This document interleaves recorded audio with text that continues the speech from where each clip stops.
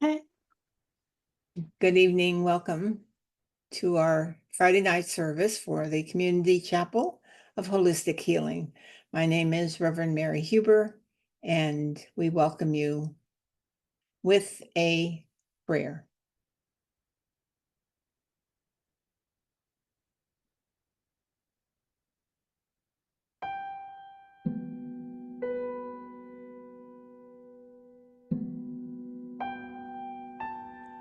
Divine Creator, we ask that the light of highest awareness fill the minds and hearts of those who are open to your light.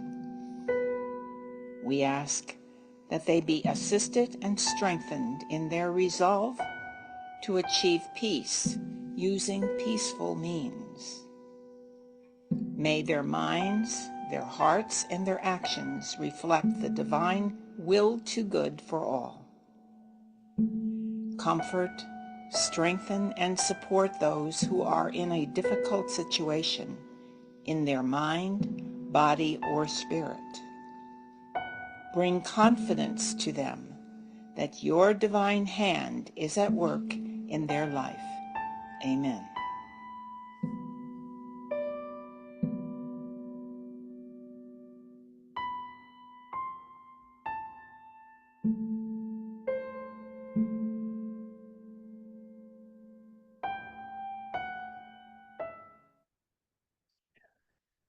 Well, thank you. And I love that little boy appearing at the end.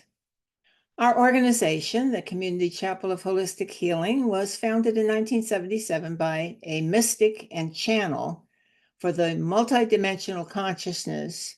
Her name is Reverend Michelle Luson. She brought to us the multidimensional levels which have served us well in this organization and all of the information from the mystery schools of the past. I invite you to take a look at our website at ccwh.com to look for the other activities that we have and more information that you might find very useful. We are a nonprofit, non-denominational spiritual fellowship, and we are delighted to be here. Oh, thank you. There's our website. Thank you, Brenda. You're able to get that on. And I think you will enjoy some of the information there. So before we do anything with our meetings, we always begin with the affirmations of faith, hope, and charity. These were channeled by Reverend Michelle Luson very early on in our organization, and they bring balance to our body, mind, and spirit. They're very powerful. We call them the three healers, but they are the faith, hope, and charity affirmations. And I will say it for you because you're on mute. I believe in the spiritual existence of myself as a perfect image of the divine creator. In this reflection that is my physical embodiment, I have faith in the supreme guidance of my soul for my balance, my needs, and my opportunities. Outside of myself, there are also perfect images, and nothing can delude my thinking otherwise. The hope affirmation. Acknowledging my faith in the omnipresence of my divinity, I hope for realization, awareness, and acknowledgement of the existence of the great I am within myself. And the charity affirmation. In understanding faith and knowing hope, I pledge my actions, my desires, and my thoughts to the performances of myself on the physical planes of the earth, to honor, to love, and enlighten all that is a reflection of the divine outside myself, so that my perfection may be imaged back to my Creator.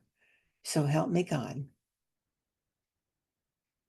We find that to be very powerful, and we encourage people to download it from our website. This is downloadable, and you can also play it on the website as well. It will play for you.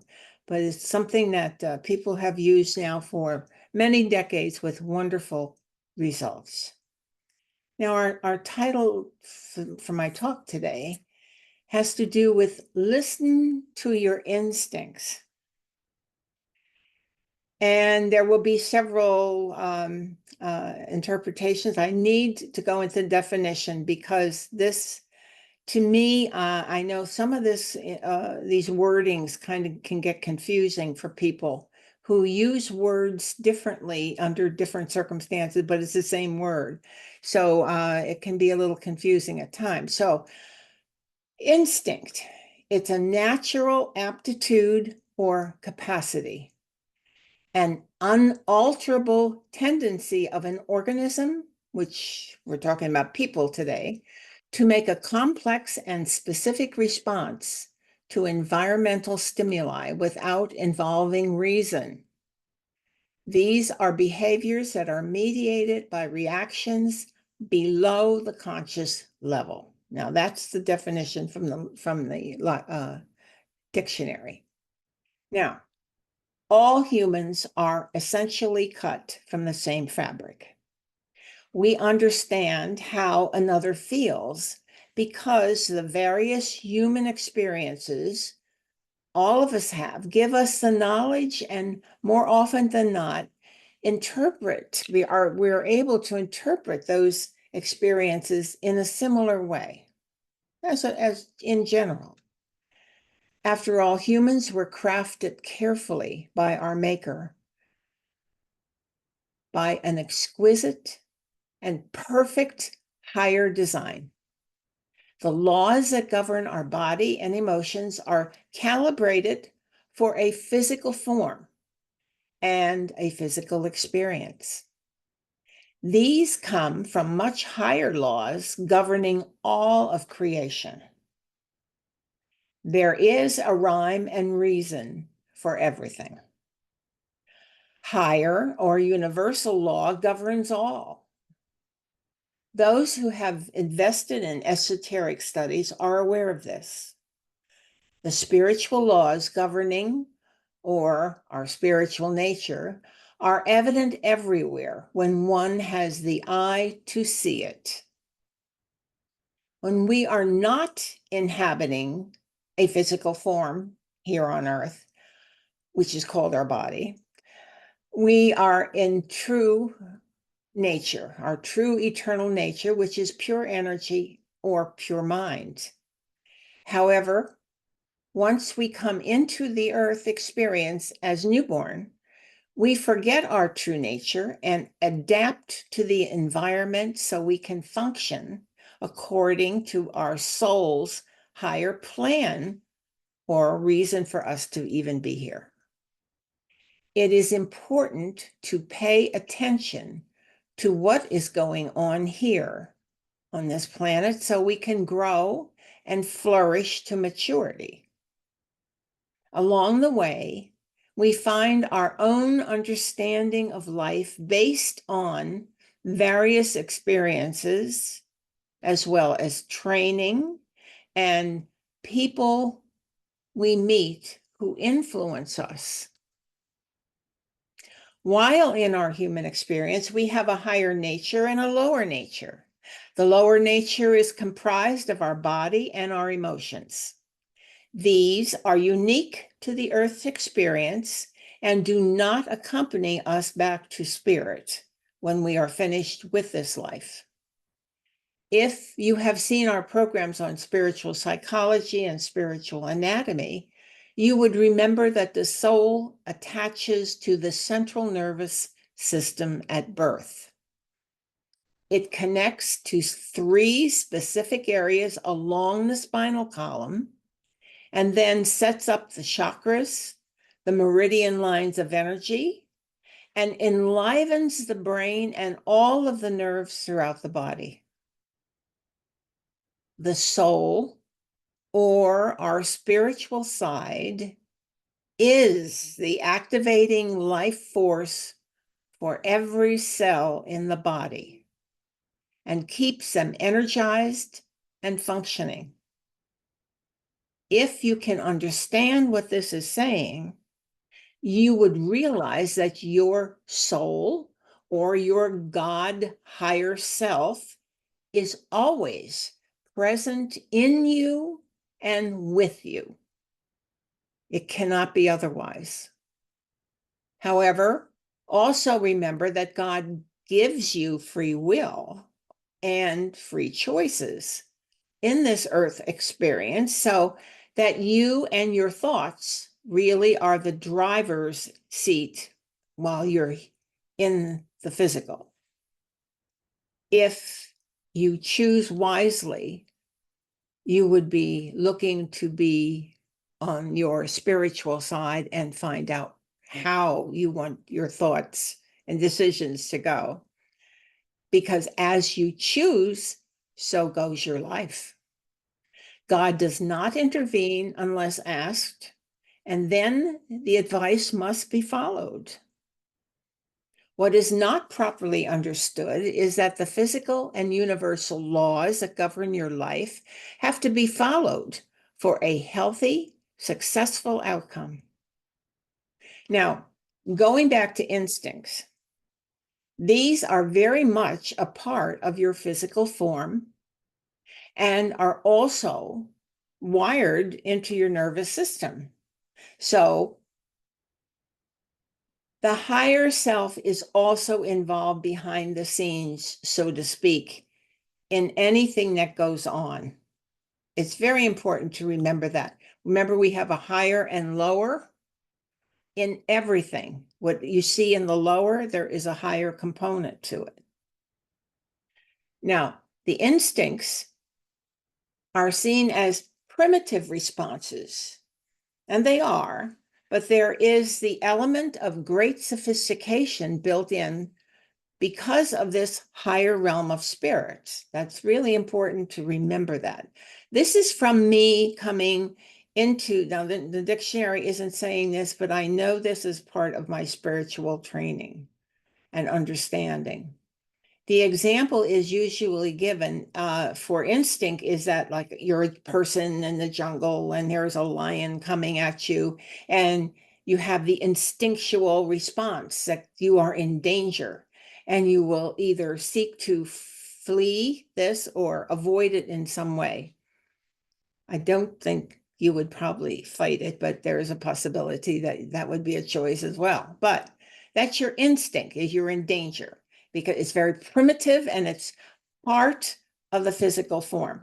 And before I go on, you need to know that there is a consciousness that is specifically of the physical form. The physical form has its own direction in being. It has its own lifestyle and its own regulations and its own rules.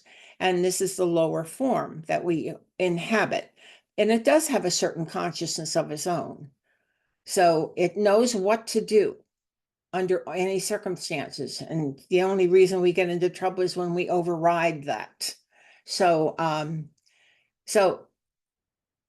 this response that we have to a great danger is looked at as a physical expense. But as I said, if you look at the life and the value that the soul has on and the investment that the soul has on that life form, you would realize that the higher self is also involved in keeping yourself alive under those conditions. That's why I'm saying there are two lines coming together here.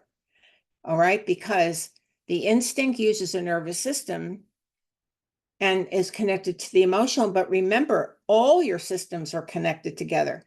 Your higher system has to use the same systems that your lower one uses. That's just the way it is worked out. So the emotional system is well, first of all, let me say that the response that I think there are levels or degrees, and you know, when you're in that jungle and you're having clearly a personal life-saving, immediate avoidance, you can go in that direction. But there is another instinct that can come in if you are coming from the higher self, and the instinct for love is there, or compassion, and that's clearly built into the human experience as well.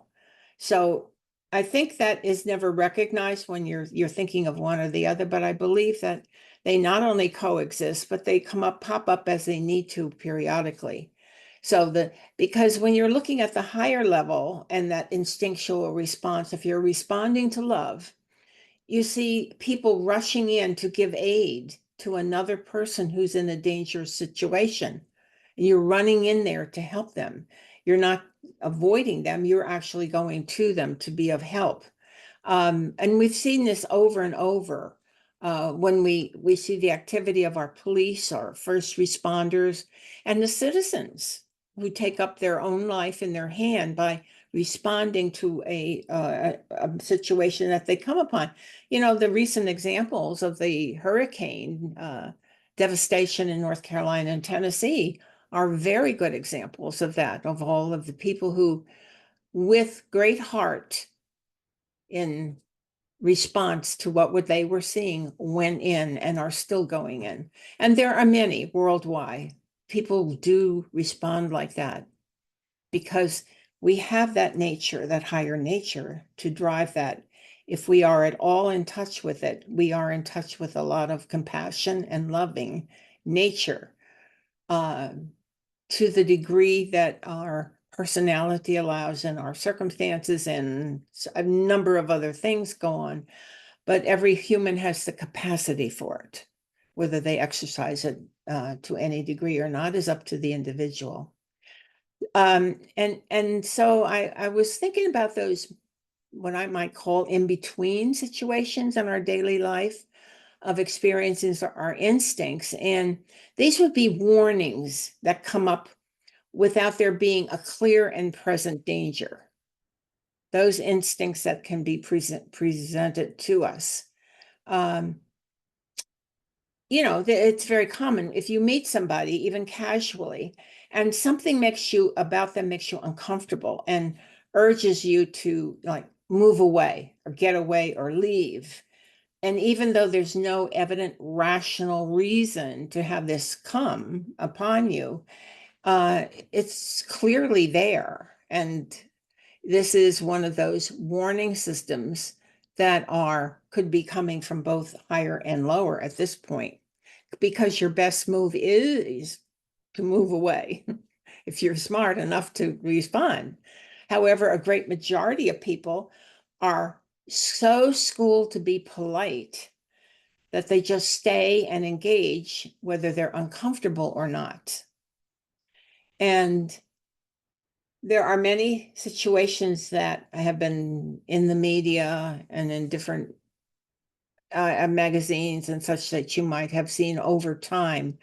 And there are examples on the positive and the negative side of that, where the people did live, but they regretted that they didn't follow their intuition because of the situation that involved, that they had clear warning of. So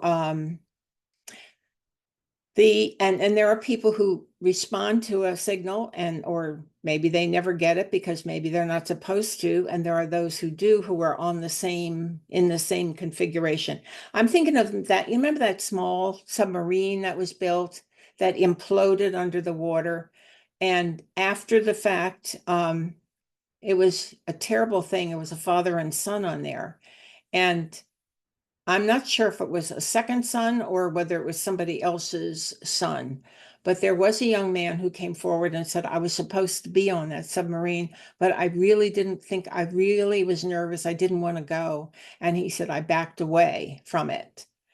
But it also was said that the father and son who died in that, his son he didn't feel good about going either, but he felt he wanted to support his father. So he ran over his inkling that he was getting, that he didn't want to do this, and went on anyway. So, we could talk about many reasons for this happening, whether it's karma, whether it's just something that was always meant to be, who knows?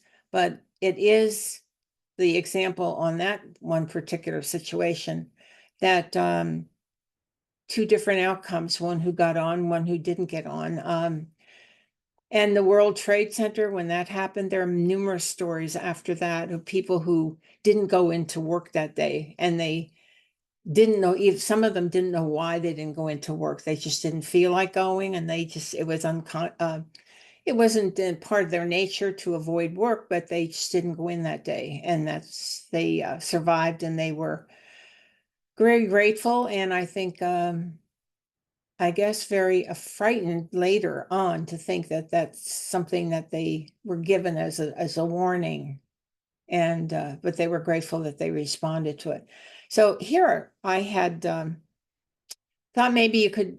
Does anybody here have any stories that you have had in yourself or have read about that you would like to share, of warnings that instincts that came in? And do you think of anything that you would want to share this evening?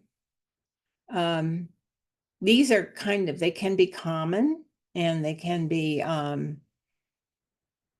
very, very, I guess, so important in the life you never forget them. And then you find that there are other smaller things that you do, and you listen to it, and you're always grateful later if you did. Because when you don't, you realize later on, you think, I should have listened to what I was getting about either going or meeting or doing something. And so I don't know, there are other stories, many other stories that float around that you can see on the internet if you care to look at them. I always find them very uplifting, because I almost get into it and feel like I'm part of what they were experiencing. So if you have anything you'd like to share, I'm here. This would be a good time to do it, or we can do it later if you're, yeah. Anyway, Mary, the, yeah. I have a quick story. It had to do with a cruise that we were scheduled to take that was going to take us into St. Petersburg, in Russia. And the cruise kept being delayed because of the pandemic. So it was rescheduled once, then it was rescheduled twice. And it was getting ready to get rescheduled. And I said to my husband, I said, you know what? Let's not go on this. Let's do something. I just didn't feel right. I said, the pandemic is over, but I don't want to become ill in another country. And let's just take this and transfer it to a cruise here in the United States, which we did. We wound up going up the Mississippi. Mhm. And not that long after that, Russia invaded the Ukraine. And our travel agent said, boy, did you time that correctly? Because other people still had their reservations. And of course, it was difficult. They, go through loops trying to get things squared away, get out of their current reservations. But it turned out that I made the decision along with my husband. I don't know if that's instinct or what. We just decided the timing was not right. Let's do it. And that turned out to be one of the best decisions that we've made while doing traveling. Wow, that's wonderful. Yeah. And then you were talking about sometimes people will purposely not make a decision to do something they feel may be the right one. And I fell into that category. We had a management change, and the new manager that came in was, let's say, less than less than nice to the people that were working underneath this manager. So a lot of people were saying, this isn't worth it. I'm leaving. I'm leaving. And the manager was confused, like, why are you leaving? I'm not forcing you out. Well, the situation was so unmanageable and not a comfortable one to be in. And I was having a difficult time because of a family situation. And I was being told, you can't leave before 5 o'clock. And I'm going, I'm a salaried employee. How can I not leave when I want to, as long as I'm getting the work done? And I just stuck it out. I mean, as miserable as it was for a while, it still turned out to be a really good decision to stay. And I watched this manager get moved over to, a different position, and eventually wound up leaving the company but it was a good one for me. And I felt like I accomplished something just by my sheer wanting to stay and fight the situation. So sometimes, yeah, you know that something could be easier if you make the decision to make the change, but then you stand your ground and you say, no, I'm not giving in. Mhm. So Yeah, it works both there's ways. Yeah. different outcomes.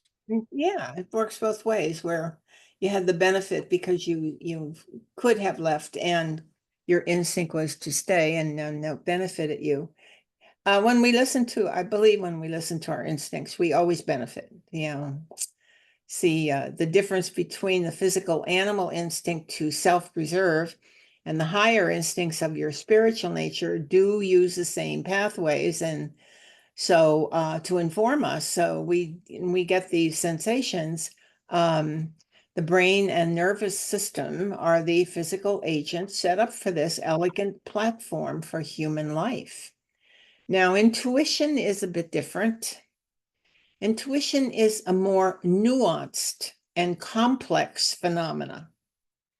It can be described as the ability to understand or know something without the need for conscious reasoning. Unlike instincts, intuition is not uniform and can vary significantly among individuals. So there is a bit of a distinction there. Now, I do conduct weekly workshops on developing intuition, and I teach that the spiritual definition of intuition is actually accessing the mind of God. So the intelligence of our divine nature is what we're really going for when we're looking to develop our intuition. The reason it is not uniform is that it does require development if one is to count on it operating. True, all of us do experience some form of intuitive insight without training or effort. But to have it as a reliable, consistent part of our life, it does require personal dedication and discipline to access it frequently and accurately. Uh, Now here I'm going to come up with another word that I have a problem with people using in the world because it seems to be labeling several different things. And the word is the word sensitive. It is often used incorrectly, I think, because it's often confused with the word reactive. And so this is my view of the differences anyway. The word reactive is used medically when the body experiences adversity in performance due to the presence of a substance it cannot handle in a normal and healthy way.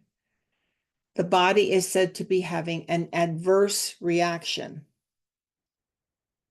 Now, this is not what we're addressing here. They also say that you have a sensitivity to something. Well, it's really a reaction to something in the body. It's not using the word sensitivity, I think is very commonly used. And I think as a nurse, that I have ever objected to using it. But when I'm now going into the spiritual side, I realize that it really is reactive. It's really not sensitive. So when somebody is reactive, they are responding emotionally to a stimulus. And as Michelle taught, emotions are physiological and autonomic, I should say, responses to a stimulus. The stimulus is an attitude that is held, which is related to a belief system. Now, a basic belief can be ultimately true or false. It is something that we develop as an opinion about life or life events that we either experience ourselves as adults or are statements about life and events that we are taught from our childhood by adults who are responsible for our development. Actually, we can be taught how to believe even as adults through agents we place our trust in. It is no longer a secret that the mainstream media we have been exposed to on TV, radio, newspapers, magazines, and of course, in more recent times, Twitter and other such electronic communication avenues are part of that programming of information in which we put our trust. These basic beliefs create in us attitudes which, when triggered, result in an emotional response if we believe them. And because we trust them and we take it in and we said, oh, well, must be true. Okay. A reactive state most often exhibits is anger, fear, mistrust, envy, jealousy, or such, whatever, and any number of things. But those are probably the most common. And if it were not so destructive, it would be funny when one sees someone practically go up in flames just at the mention of a name or a particular social situation, or I don't know, whatever, because they've been constantly told this is what you are to believe about this. So they have a basic belief then that may or may not be true. Very few people rationally examine their basic beliefs and find out why they hold them. Examine them, bring them to light. But we can and are fooled in many ways. We can even give our judgment over to really outrageous lies. And this was very well presented in a psychology experiment. Now, I can't believe that this happened recently because there are a lot of rules around psychological experiments with humans. But this one that was done at some point, that was set up so that the people went into a room. They were recruited. Well, at least one of the people were recruited. This was set up where 7 psychology students were supposed to be the part of this study, were put in a room, and one other person was brought in who really was recruited from the community. And they, of course, thought everybody else in the room was also recruited. But of course, the 7 people who were going through the psychology course were told what this is going to be. It was a setup, so to speak, if you want to call it that. They don't call it that in psychology. Anyway, the professor opened his briefcase and pulled out a card, and just a white card, and on it was a great big triangle, black. I mean, you couldn't miss it. Okay. So he started passing it around the group. Of course, since it was set up, the 7 students had it first. So the first student looked at it and said, this is a square. And he passed it to the next one. And that student said, yes, this is a square. And they passed it down the line. So when it came to the real subject, and he got the card, he looked at the triangle, and he looked down the line at everybody else who had said it was a square. And he said, it is a square. So it is possible that people will throw out their common sense and good judgment. And I believe, honestly, that this must have been a very big find for the marketing people. That's why I'm saying I think this was given a long time ago. But it is a very dramatic example that people will go along with something that they know is a lie, and they are afraid to say anything other than what the popular opinion is. So either it's whatever is wired in them, they find that this is that's what they have to go along with. So the psychology has found that people will believe a really big lie, but not small ones, because they figure that this is outrageous. It can't be a lie. It's too big. It just overwhelms them. And they would rather accept that, especially if it's said several times, they won't question it. So this is where instinct would come out, if not good, sound reasoning.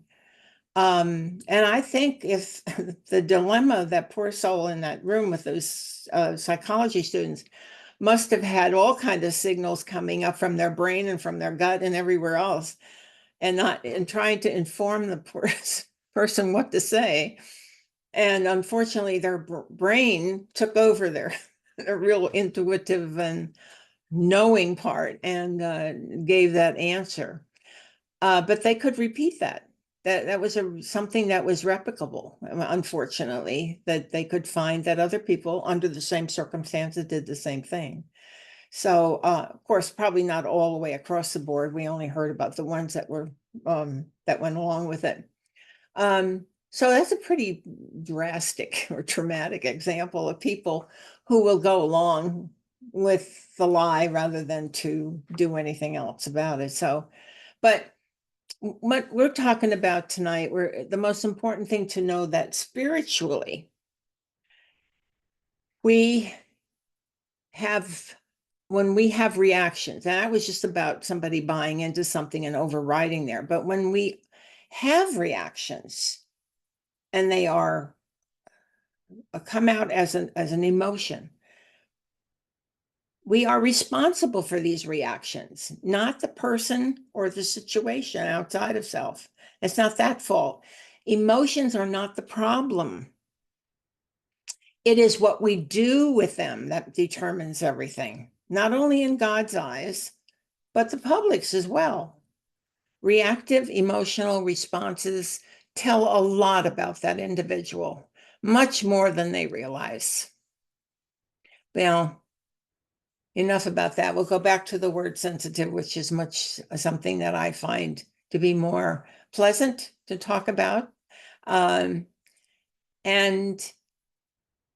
so when I use the word sensitive, the delicately responsive signals, sounds, smells, sights, and other cues, either within themselves or outside of themselves in the environment, will determine the sensitivity that somebody has. And this picking up of cues and then interpretation is done with a discrimination that comes from an alignment of body and soul that may be missing in many other people around the individual. This sensitivity is also unique to the individual, and therefore their interpretations of what they perceive is unique to them, just the way the definition said. I also know that sensitivity is stratified in stages or degrees. It can be both developed as well as sharpened if the individual studies to develop this quality, if you can move it into a finer place within yourself. Not everybody is, people who are relatively insensitive people. They can take quite a lot of emotional dumping on them, and they don't have a great reactions. A lot of politicians or people who are in business who know that there's a lot of stuff coming back to them, they don't get a lot of reactivity because they are built really from the get-go not to have that kind of response. But there are people who have greater and greater degrees of sensitivity in our lives, and we all know them. So that's why I say it's stratified. So when developing as an intuitive, this sensitivity is the key. Intuitive capability that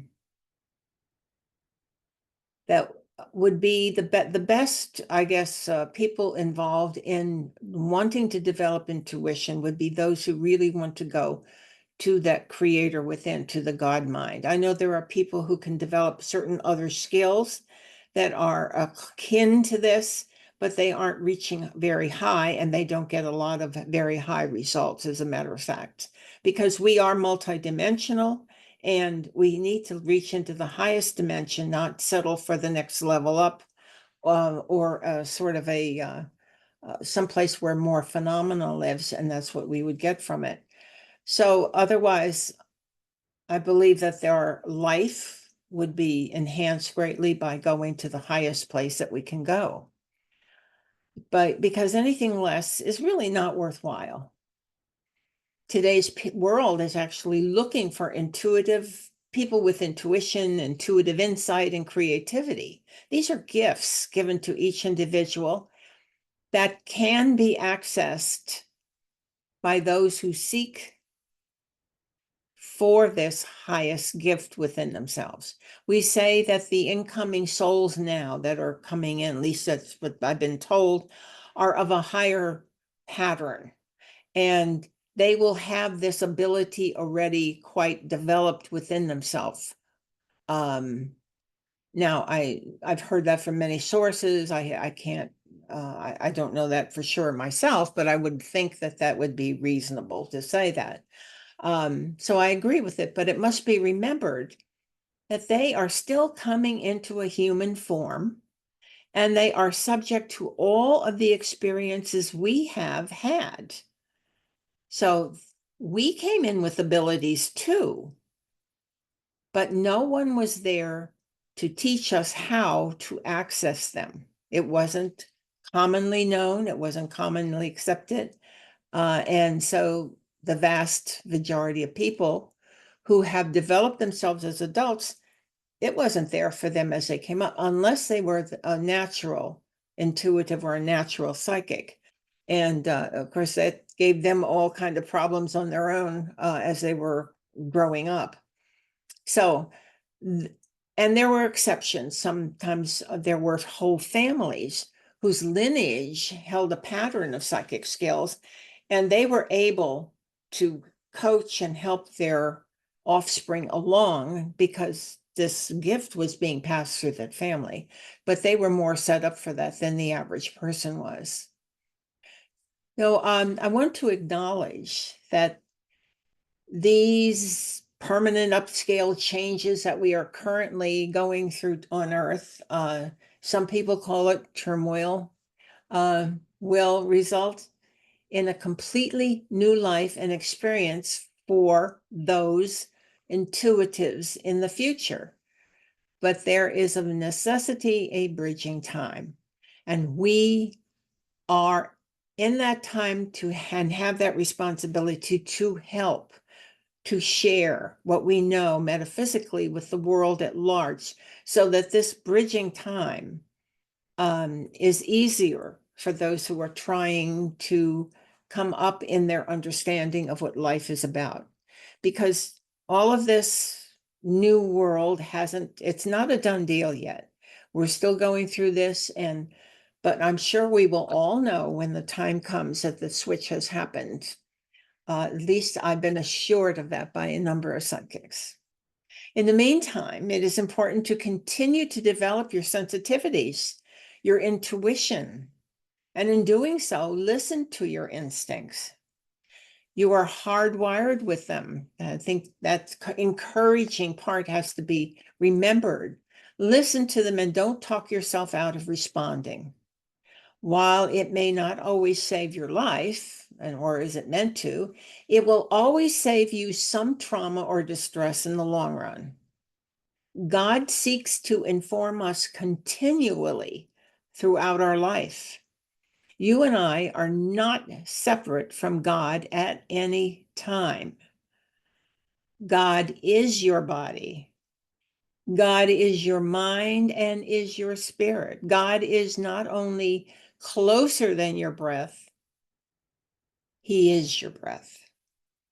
The God self in you is your own Christ consciousness. I want to remind everybody of the chart. I was hoping to be able to show it tonight, that was created by the Summit University, which shows what each person looks like with the spiritual overlay. Oh, thank you very much. Being depicted. And so it looks like a candle actually, but this is our tube of light. That white part is our tube of light around us, and it encompasses obviously our aura as well. But the individual at the bottom is representing us, or the human. And the enlightenment part is when we enlighten, we are directly connected to Christ. The Christ self in us is the level that we are really attuning to now in our world, where there is love and compassion and sharing and goodwill and all that we are seeking in this life. The Christ does live in each individual. It is not just something that was possessed by Jesus. Jesus became the Christ. We are all to become the Christ. If we open to that consciousness, we too, as Jesus said, will attain this and much more. So it is possible, and it is desirable for the soul. That's why we're here, to elevate ourselves, to come into that understanding of the Christ consciousness within. And above the Christ is the Paraclete, or the Holy Spirit, and the pinnacle at the top is our I am presence. That is the pure essence. It's called the soul, but it's really the I am presence. The soul is a vehicle used by the I am present, but we can interchange it because it's commonly said. So we'll call it the I am presence, or the soul, that has the perfect relationship with God. There is no element of anything lower than perfection at that level of ourselves. So we all, every human being, and no matter what it looks like on the planet, this is how we're designed. There is a God, there is a Christ in each, there is a I am present in each. And it is the assurance that we are all one. This is our setup. We are all one at the level of the I am presence. All of us. We are all looking as individuals on the planet because we have to develop, and our development from our soul has taken us all in many different directions. So we all run around the earth looking like separate individuals, but we are all geared to do the same thing at some lifetime, at some point. We are all returning to God, and that's the I am presence within. The I am presence knows itself to be itself. In other words, we have an individual existence in the universe, in God. We're not just, when we get to the I am presence, and we are all a blob of one. It's not, so to speak. We are all individual. We have our own identity, even in spirit. So that's always us, but at a much more refined level. And as we go up in the dimensions, we will become more and more refined. And I don't know what happens at those dimensions, so I'm not going to try to talk about them. I will wait and see what happens when we go there. And so it's easy, when we're not looking at this end of things, it's easy to be drawn into the nonsense of the world because it's so far, it's just there every day in our life. And it's also difficult for people to now in this world to know what to believe. We were baited with phony stories, and that were designed to get us under our skin and make us have a reaction. And so what to believe? It says, I don't remember whether it was Mark Twain or whether it was Will Rogers. One of the two of them said, his comment was, "Don't believe anything you hear and only half of what you read." Well, we might want to change the proportions of that last part. I'm not certain it is half of what we read that we should be looking at. I think that number went down. So there are exercises and to improve your best intuitive response, and there are many of them. And of course, the really, they all involve at some point doing meditation. This is where everybody begins. This is the place to start and to do it regularly. Now, beyond that, there are other things you can do to encourage your intuition to come forward. And you can make up your own exercise once you understand how it all works. And come to the class on the weekend, and I will share some of those things with you. And the best advice I'm offering this evening to develop that better gut reaction or perception is to practice mindfulness. Everybody talks about mindfulness as a buzzword today, but I'm not sure if everybody has it correctly, what it really means. Well, I'll give you what I know about it. This is the way you remain neutral and only experience everything the way it truly is presenting it to you. It is in neutral form. You have no prejudice and no preconceived ideas. That's the exercise, is to get to that point where you're perceiving something purely as it is. Itself may not have anything going for it except presenting itself to you. So this is a very, very good exercise to practice during the day. Of course, that would be a lovely way to live every day of our lives if we could practice that kind of behavior. It makes the best use of our energies because we're paying attention only to the moment in which we can make a change. And that moment is the now. Part of your now should also include gratitude for what you are experiencing, for who you are and why you're here and all that you've been given. Remember, this will set up, if you can do a lot of meditation and then gratitude, expressions of gratitude, this will set up a pattern in your brain with neural connections that will grow and grow each time you energize this appreciation. Persistent thoughts and vocalizations of gratitude will actually improve outlook and lift spirits. It will attract others who look to you for inspiration. It will bring more joyful people into your life. Paying attention in this way will also make you more perceptive and adaptable. It sharpens your mind. It brightens your outlook. It improves your intuitive abilities.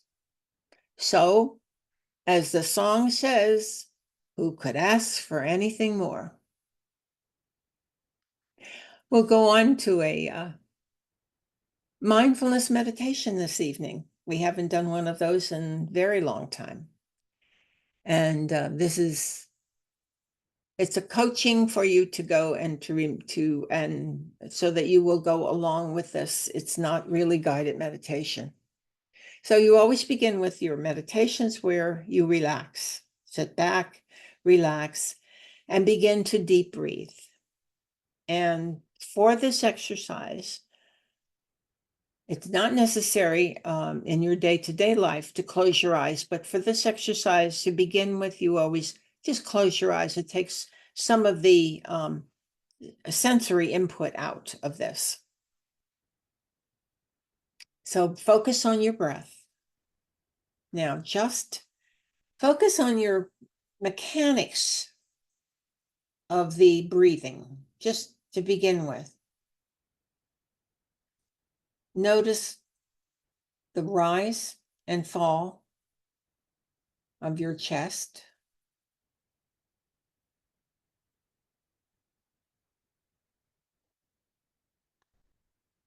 Notice the roll of the abdomen. Just feel the abdomen moving or whatever.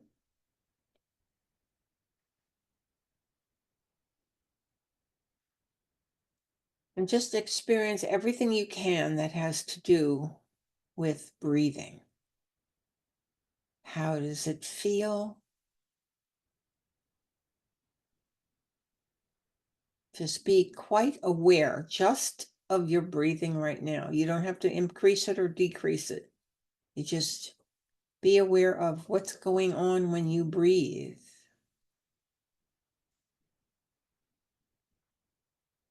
Notice if you have any discomfort or restrictions.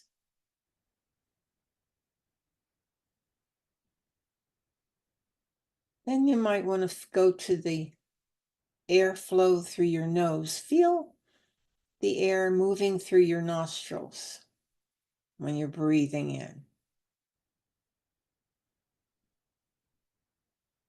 How does that feel? Right in here and now. Just pay attention to your nose.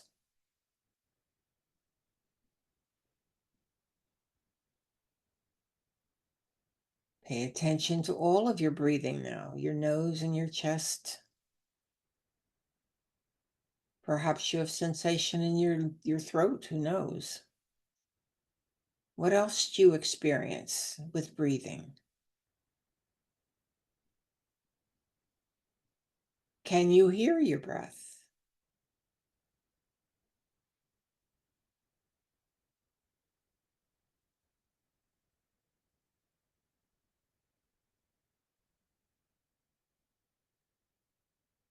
What is your overall experience of breathing? Has it affected anything else?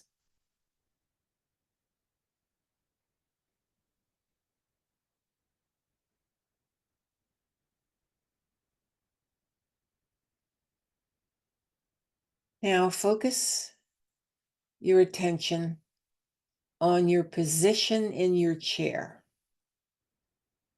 How does that feel?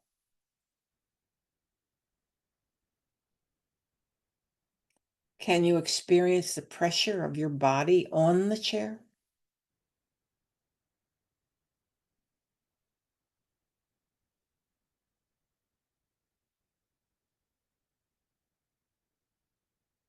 Can you feel the hardness of the chair or the softness?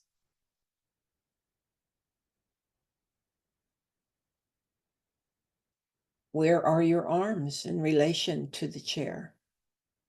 How do they feel?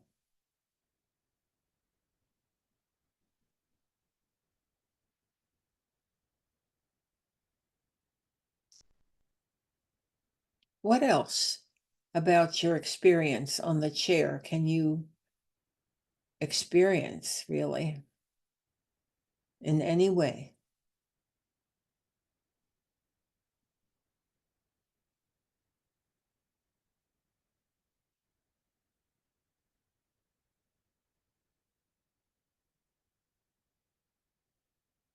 Now focus on your hearing. What do you hear? Listen carefully. Don't go anywhere else in your head, just listen.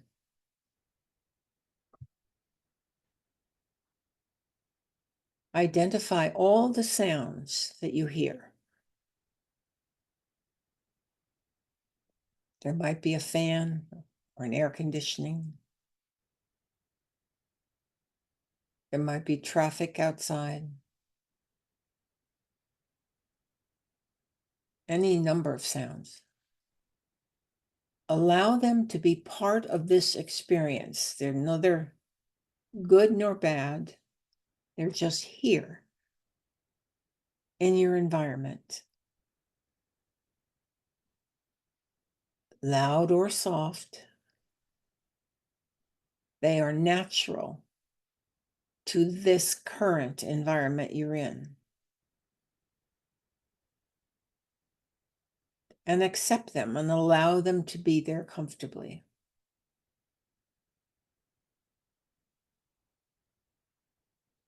Now focus on any smells or scents that are around you.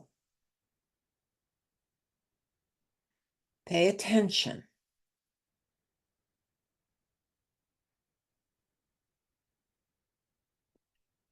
If none, what is the quality of the air you are experiencing.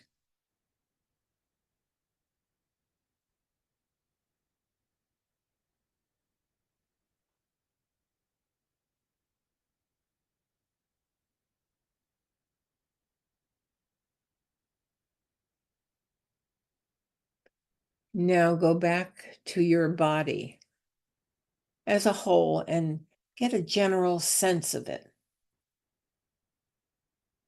How does it feel overall? Do you have any discomfort anywhere?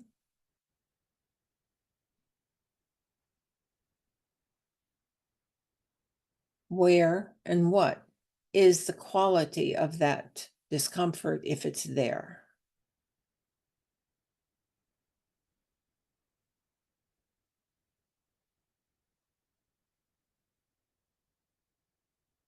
Is your body aligned?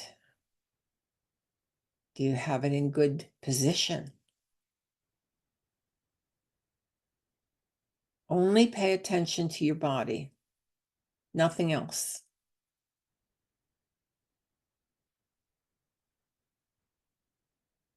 If you are comfortable, what is that feeling like?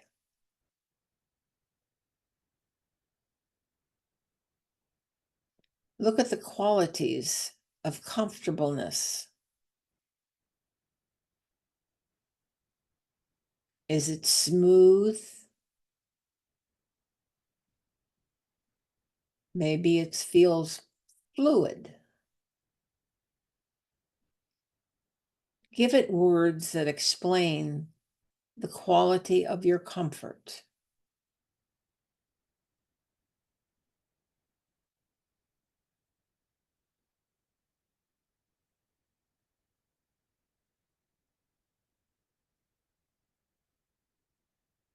Now go to any uncomfortable area and describe that experience.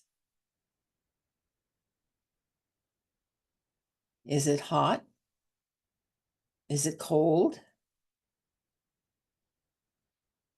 Is it rough? Is it jagged? Is it burning or itching? Just experience it. Don't criticize it. Don't try to get rid of it. Just let it be there and just give it attention.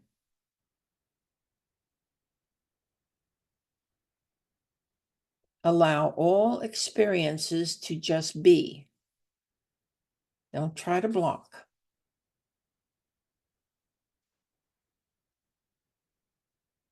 If there is pain, find a way to fully bring it up and go through the pain. Allow the pain to come, allow it to peak, and then allow it to leave.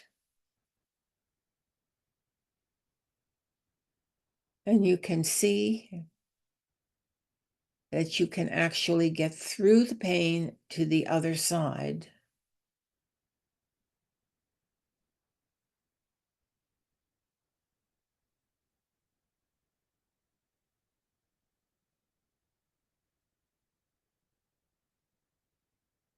Now bring your attention to your presence in the room.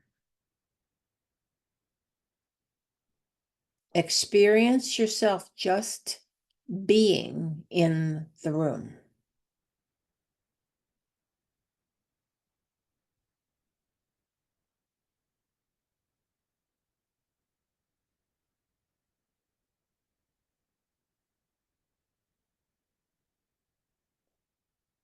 Notice everything you can. Be fully present without thoughts of anything else.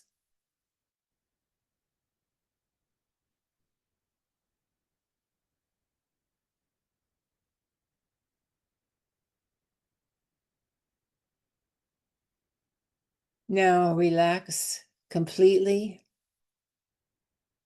and go back to some deep breathing. and just relax with each breath.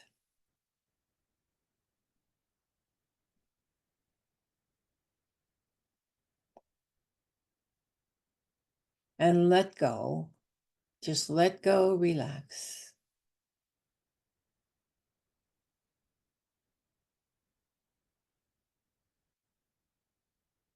Now, while you're feeling quite good, open your eyes.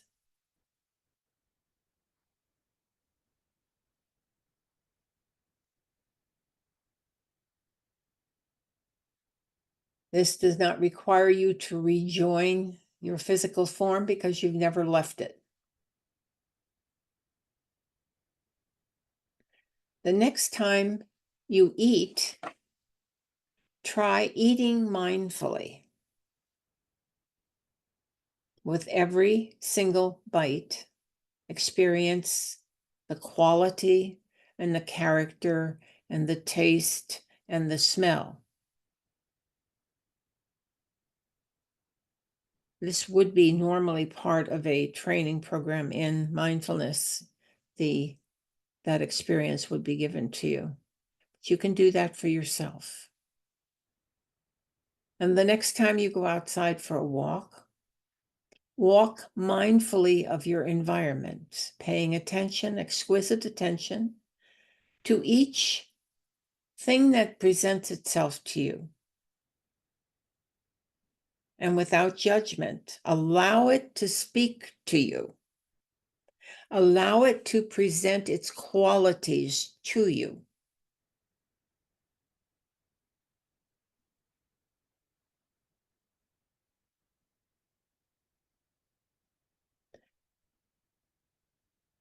Mindfulness is a skill that we can develop that would be very helpful for many, many people, if not everyone on the planet,